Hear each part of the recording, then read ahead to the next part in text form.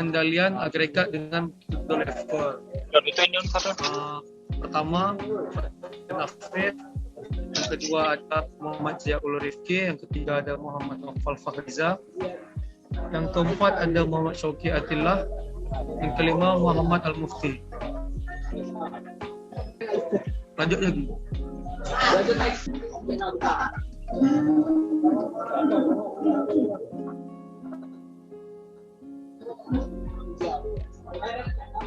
Definisi perencanaan agregat. Perencanaan agregat diketahui sebagai perencanaan agregat bertepatan dengan penentuan kuantitas dan waktu produksi pada jangka menengah, biasanya antara 3 hingga 18 bulan ke depan.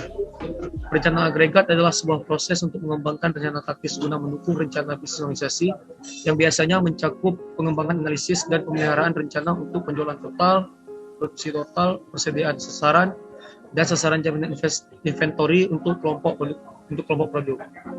Tujuan perencanaan agregat yang pertama untuk memenuhi permintaan konsumen sehingga mendapat profit atau keuntungan yang maksimal. Yang kedua, untuk meminimalkan biaya produksi dengan perencanaan produksi secara menyeluruh yang visible dan optimal dengan menggabungkan faktor-faktor produksi.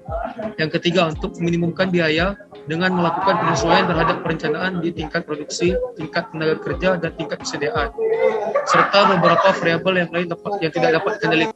Selanjutnya adalah definisi dari metode level. Jadi metode level adalah strategi tingkat atau strategi penjadwalan tingkat, yaitu merupakan rencana agregat di mana tingkat produksi tetap atau sama dari periode ke periode selama jangka waktu perencanaan agregat. Strategi perencanaan produksi dengan tingkat produksi yang konstan dari satu periode ke periode lainnya yang bertujuan untuk memenuhi rata-rata permintaan. Kemungkinan kedua, level strategi ini menggunakan inventory dari adanya variasi dalam permintaan, di mana pada saat permintaan menurun, kelebihan produksi disimpan sebagai persediaan untuk digunakan pada saat permintaan meningkat. Sehingga pada level strategi ini akan timbul biaya simpan untuk jumlah unit yang disimpan. Berikut merupakan 4 jurnal pengendalian agregat dengan metode level yang sudah kami review. Pertama yaitu jurnal yang berjudul Analisis Perencanaan Agregat menggunakan metode level workforce case strategi untuk meminimumkan biaya produksi hijab di Hamidah Collection Bandung. Ini merupakan jurnal yang ditulis oleh Muhammad Iqbal Nizami pada tahun 2017. Tujuan dari jurnal ini yaitu untuk meminimumkan biaya-biaya produksi dari proses produksi hijab yang dilakukan oleh Hamidah Collection dengan menggunakan metode level workforce dan inventory, level workforce dan overtime, dan case strategi. Selanjutnya, desain dari penelitian ini adalah deskriptif kuantitatif dengan metode studi kasus. Dan hasil yang didapat dari jurnal ini adalah bahwa dapat dilihat dari perhitungan perencanaan agregat, strategi yang tepat untuk digunakan oleh perusahaan pada tahun 2018 yaitu dengan strategi perencanaan agregat metode level workforce and overtime. Karena dengan menggunakan metode ini, perusahaan akan mendapatkan biaya yang rendah dan efisien dengan selisih biaya produksi 6% pada tahun 2018 yaitu sebesar Rp101.826.115. Selanjutnya akan dijelaskan oleh Ziaul Rifki.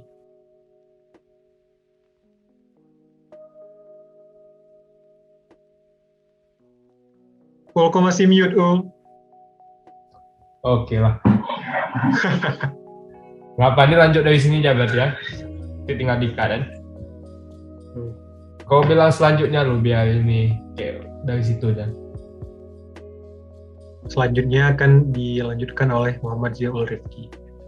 Yang kedua ada jurnal yang berjudul Perencanaan dan Pengendalian Produksi Agregat pada Usaha Tedung UD Dwi Putri di Klungkung yang ditulis oleh I. Komang Juliantara dan bersama temannya Kastawan Mandala pada tahun 2020. Tujuan dari jurnal ini adalah untuk mengetahui serta menentukan jumlah produksi dengan biaya minimal pada UD Dwi Putri Klungkung. Desain dari jurnal ini adalah menggunakan metode deskriptif dengan pendekatan kuantitatif dan melakukan studi objek pada UD Dwi Putri.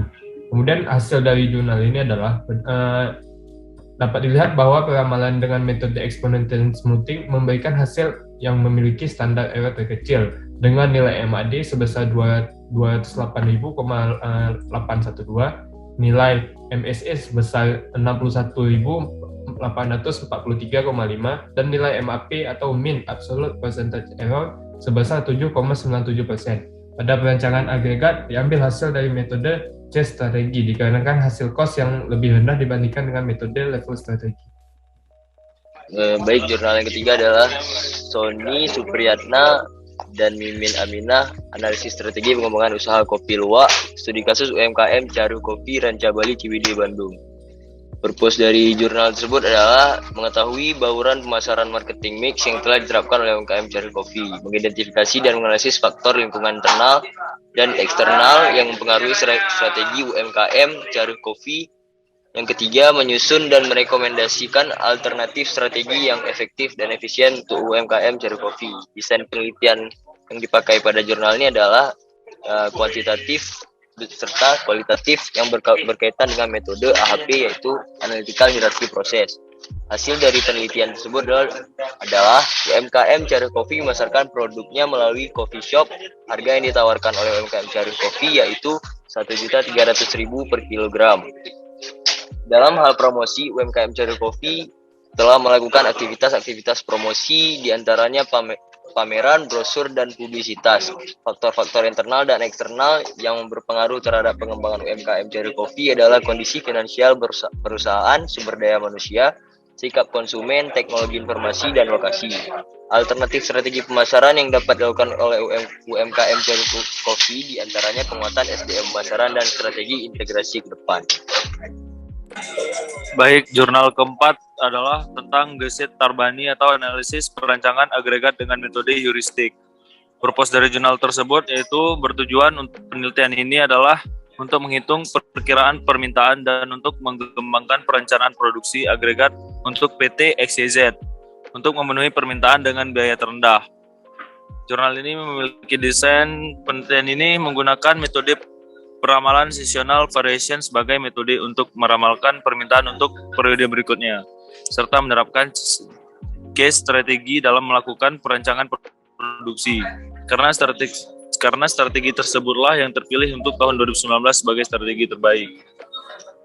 Kesimpulan dari jurnal ini, penelitian ini menunjukkan bahwa metode variasi musiman adalah metode terbaik untuk digunakan untuk meramalkan permintaan pada tahun 2019, dan strategi pengejaran adalah strategi yang optimal rencana produksi.